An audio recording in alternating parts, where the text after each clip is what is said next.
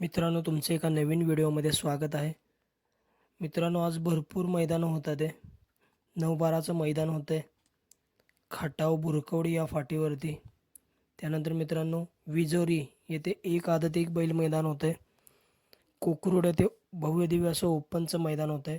आणि मित्रांनो, सगळ्यांना एक ओढ लागलेली की मोहिल शेठ धुमा यांचा बकासूर आणि महाराज कोणत्या मैदानामध्ये पळणार मित्रांनो.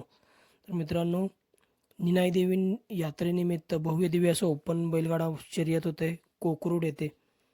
आणि त्या मैदानामध्ये मित्रांनो मोहिल शेठ धुमा सुसगाव यांची 11 लाखाची नवीन खरेदी महाराज मित्रांनो गट क्रमांक 7मध्ये गट पास झालेला आहे.